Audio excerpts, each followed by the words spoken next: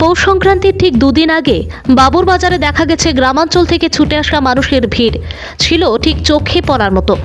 এদিকে পৌষ সংক্রান্তি উপলক্ষে গ্রামাঞ্চলের মহিলা থেকে শুরু করে বিহারা বাজারের আত্মসহায়ক দলের মহিলারা তেমন মেতে উঠেছেন। বিশেষ করে দেবিকা সিএলএফ এর সভানেত্রী দীপালি দেবনাথ প্রতিজন আত্মসহায়ক দলের মহিলাদের নিয়ে পিঠেপুলি বানানোর ব্যস্ততা দেখা গেছে।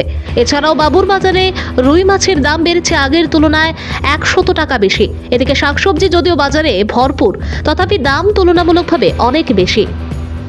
আপনার আমার নাম শ্রী দীপালি দেবনাথ। ও আচ্ছা, আপনারা ঘরে আজকে কি পিঠাপুলির আয়োজন? হ্যাঁ, এটা আমরা পৌষ সংক্রান্তি। হ্যাঁ, আমরা এটা পুরানা যুগের থেকে আমরা সবাই ধরে আইছে যে এই পৌষ সংক্রান্তি উপলক্ষে আমরা ঘরে পিঠাপুলি হয়। এই কারণে আমরা কয়েকজন সদস্যরা একলগে বইয়া আমরা পিঠাপুলির আয়োজন করতেছি। তো আজকে আপনি কি বানাইতেছেন আইটেম? আজকে আমরা তিলের নাড়ু বানাইতেছি, আর যে কেটলি পিঠা, আর হলো শুকনা পিঠা। যে এসামিস শুকনা পিঠা, এটা খালি তিল আর গুড় দিয়া ভিতরে বানানি হয়। এটা মানে আমরা এটা তো অঞ্চলের মানুষে খাইয়া খুব ভালো পায় আর কি। এটা লেগে আমরা এটা একটু 2 দিন আগে বানিয়ে রাখলে জিনিসটা নষ্ট হয় না আর কি। তো এটা লেগে আমরা আজকের থেকে এটা তৈরি করার প্রস্তুতি নিতেছি আর কি।